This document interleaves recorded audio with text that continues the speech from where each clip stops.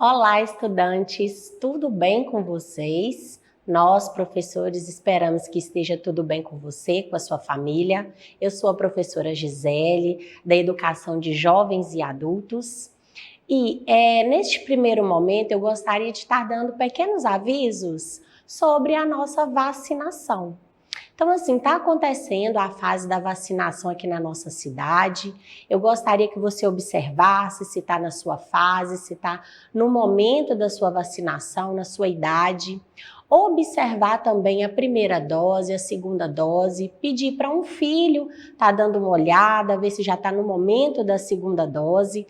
E também aqueles que ainda não chegou o momento. Aguardar, manter a mente ocupada e que juntos nós vamos chegar lá.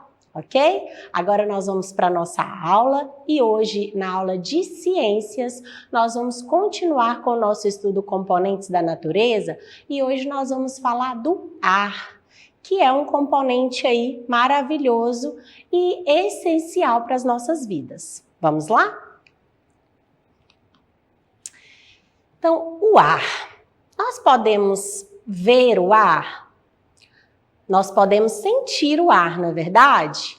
Quando você vê o balançar das árvores ou quando você sente o vento balançar dos cabelos, isso tudo é uma ação do ar. Você não consegue pegar o ar, mas você consegue sentir, você consegue perceber a presença do ar. E aonde você mais consegue sentir ou perceber a presença do ar? Do lado de fora da sua casa, não é isso? Num lugar aberto, num lugar externo. Mas será que o ar só existe do lado de fora da nossa casa? Será que existe ar dentro da nossa casa? Do que é feito mesmo o ar? Aonde que se encontra? Hoje nós vamos saber. Observe a nossa imagem. Veja que tem uma camada esbranquiçada em volta da Terra. Que camada é essa? Essa é a camada de ar. E essa camada de ar envolta sobre a Terra, ela é chamada de atmosfera. Então, ela está toda envolta aí do nosso planeta Terra. Mas aonde eu encontro o ar? Você encontra o ar na parte rural da cidade, né? Lá onde tem muito verde, muita natureza, animais. Quando você chega lá, você percebe que o vento cheira diferente, não é isso? Mas também existe ar nos nossos bairros, na parte urbana da nossa cidade. Tem ar aí dentro da sua casa, tem ar no shopping center, tem ar dentro de uma loja, então tem ar por onde quer que nós possamos ir. Tem ar também dentro da água, tem ar nos poros do solo. E agora eu gostaria que você fizesse uma experiência junto comigo. Você vai colocar a mão sobre o peito e você vai inspirar, vai puxar o ar para dentro, ó. Perceba que essa parte aqui do tórax, do peito, ele enche. E aí você inspira. Então você consegue perceber que o ar, ele entra nos pulmões e depois ele sai. Então isso quer dizer que existe ar até mesmo dentro de nós. Não é isso? E por que, professora, uma dúvida? Por que esse ar não sai por aí flutuando e viajando, assim como os astronautas, né? Quando vão para a Lua? Por que isso não acontece? Por que essa camada de ar ela fica presa ali em volta da Terra? Você sabe o que acontece? Aqui nós temos uma força no centro da nossa Terra chamada gravidade. E essa força, ela fica puxando esse ar. Então essa força da gravidade, ela prende esse ar aqui para que ele não saia por aí voando. Isso também acontece com a gente. E aí, nós vamos ver uma imagem que vai descrever exatamente sobre isso que eu estou falando, olha. Ali, o que está querendo dizer?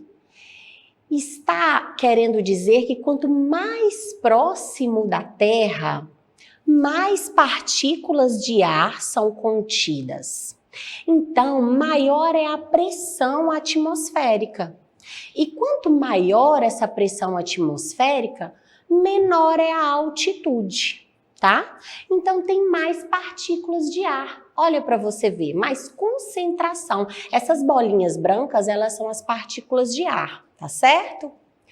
E aí, quanto menor a pressão atmosférica, maior é a altitude. Então, quer dizer que quanto maior, mais longe do centro da Terra, mais longe da Terra, da planície, menos concentração de ar, menos bolinhas de ar ali.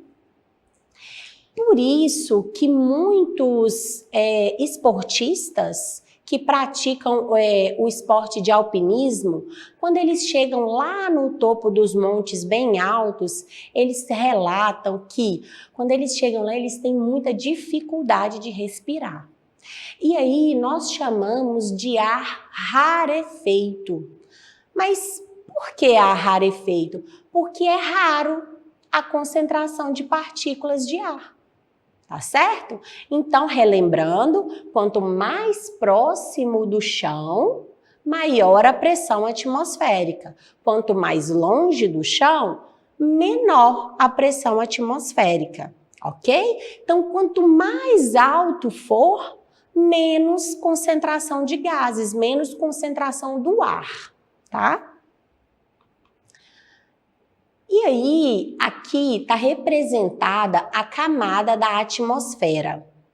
Observe que ela tem várias camadas. Então, a primeira camada significa que tem mais concentração de ar. A segunda camada, menos concentração de ar. E assim sucessivamente. Quanto mais longe, menos concentração de ar.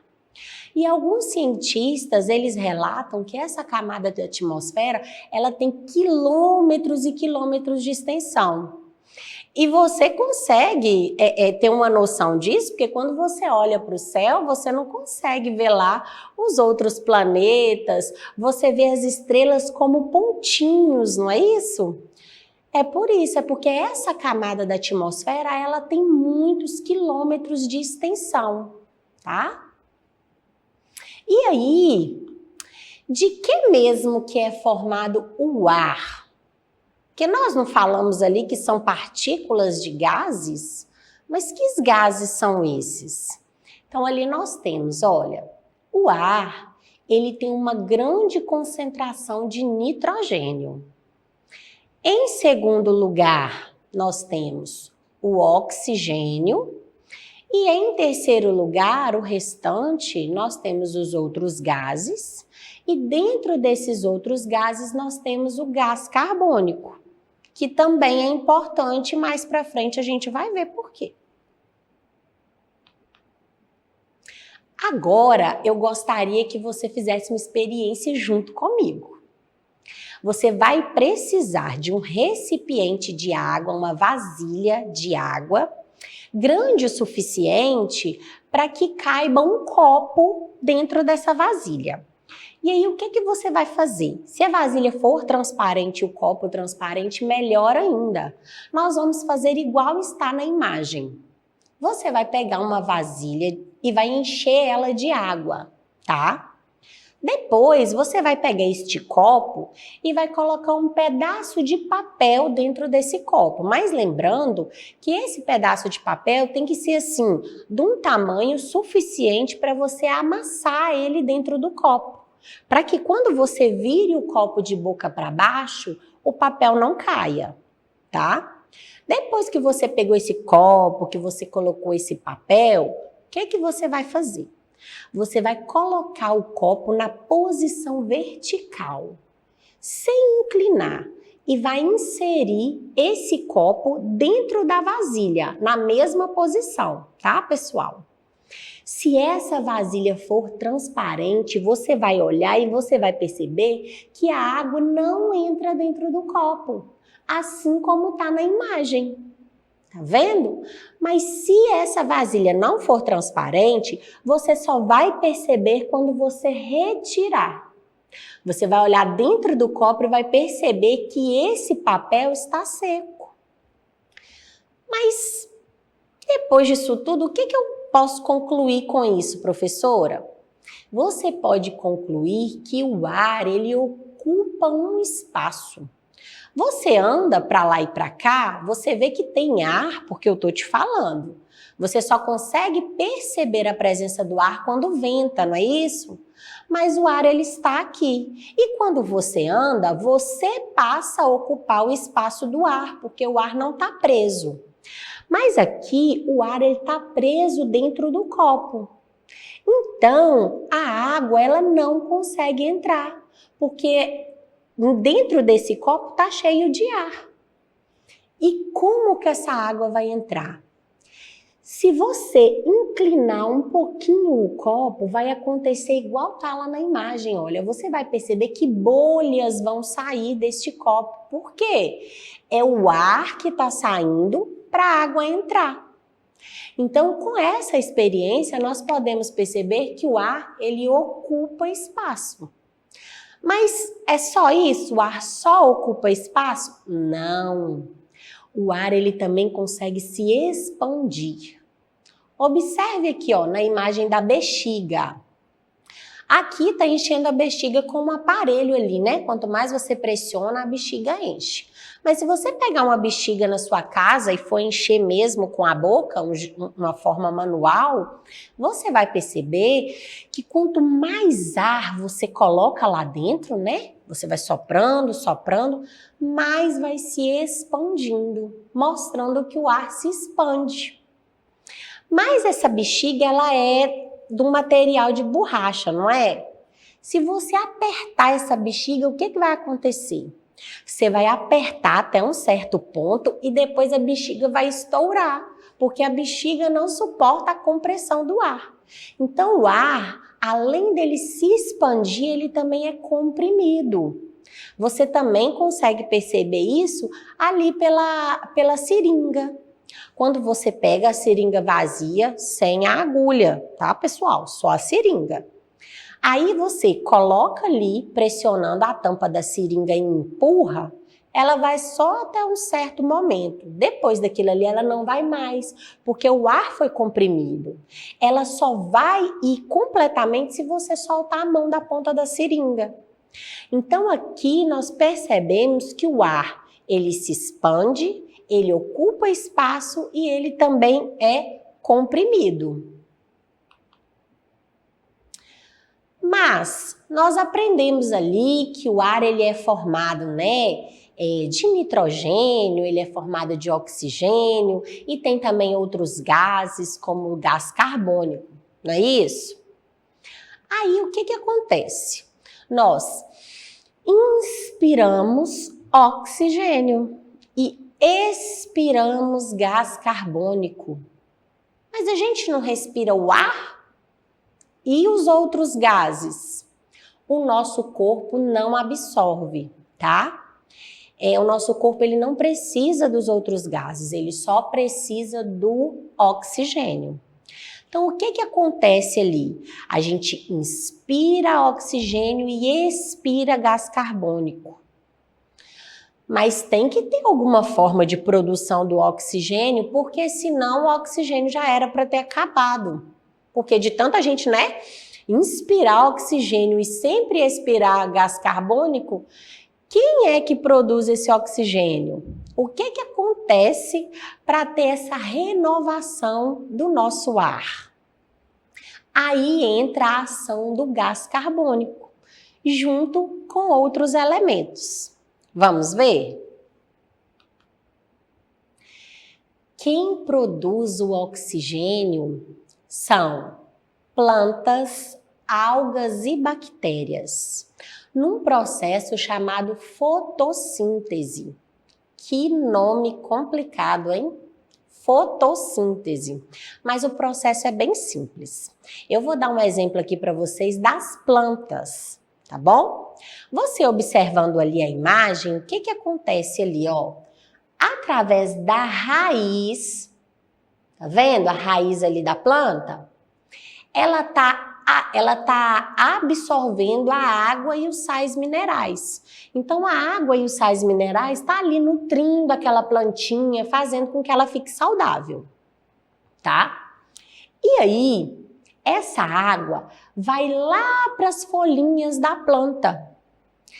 Quando essa água chega lá na folha da planta, vem aí o gás carbônico e o calor do sol, a energia do sol incide nas folhas junto com a água e o gás carbônico, acontece um processo onde a planta consegue produzir o seu próprio alimento, que é a glicose. Tá vendo a setinha branca? Ó? A glicose voltou para dentro da planta. E ela também produz o oxigênio. Esse oxigênio solta e vai para onde? Para a atmosfera, para o ar. Não é isso? Então, sempre é renovado esse ar através das plantas. Muito interessante, né? Mas e aí? Quem precisa desse ar? Todos os seres vivos precisam do ar, tá?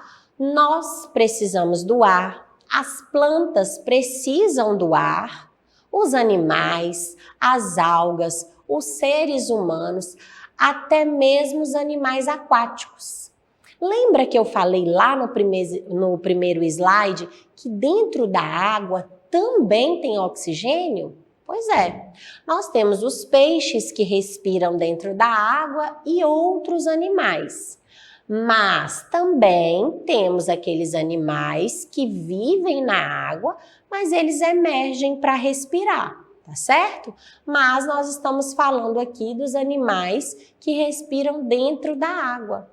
Então existe oxigênio em todo lugar. Todo ser vivo precisa de oxigênio.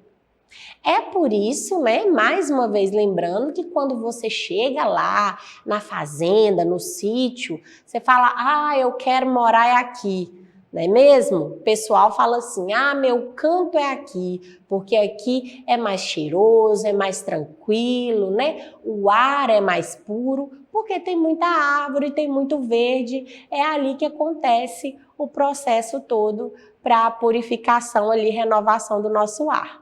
Tá bom? E aí, agora eu gostaria de passar assim por um pequeno resumo para que isso ficasse fixo na sua mente, tá certo? O que aconteceu aqui em toda a nossa aula? O que foi falado? A nossa aula é sobre o quê? A nossa aula é sobre o ar. E aí nós explicamos sobre o que é a atmosfera, que é aquela camada que envolve o planeta Terra. É uma camada de ar, não é isso? Que nós chamamos de atmosfera? Também falamos da pressão atmosférica, né? Falamos que quanto mais perto do nível da Terra, maior é a pressão atmosférica. Quanto mais longe, menor a pressão atmosférica. Quanto menos concentração de ar, nós chamamos do ar rarefeito, dificuldade de respirar, não é isso? Também aprendemos sobre os componentes do ar, nitrogênio, oxigênio e os outros gases com o gás carbônico junto. Aprendemos quem precisa de oxigênio, todos os seres vivos, e falamos sobre a fotossíntese, que é o processo ali que produz o oxigênio, né? É um processo onde as plantas passam, que elas produzem o seu próprio alimento e o oxigênio, não é isso? Então essa foi a nossa aula. Recadinho, ir lá no nosso site, procurar as atividades. Se você não consegue, peça para um colega, peça para o filho, para o neto, mas faça a atividade. Dúvida, você procura a professora, tá bom? E para acessar as nossas atividades na plataforma SMED-GV, você vai apontar a câmera do seu celular na imagem que aparece no canto da tela, tá? Acesse as nossas redes sociais, se inscreva no nosso canal no YouTube para assistir as nossas aulas. Eu aguardo você na próxima aula, tá bom? Tchau, até mais.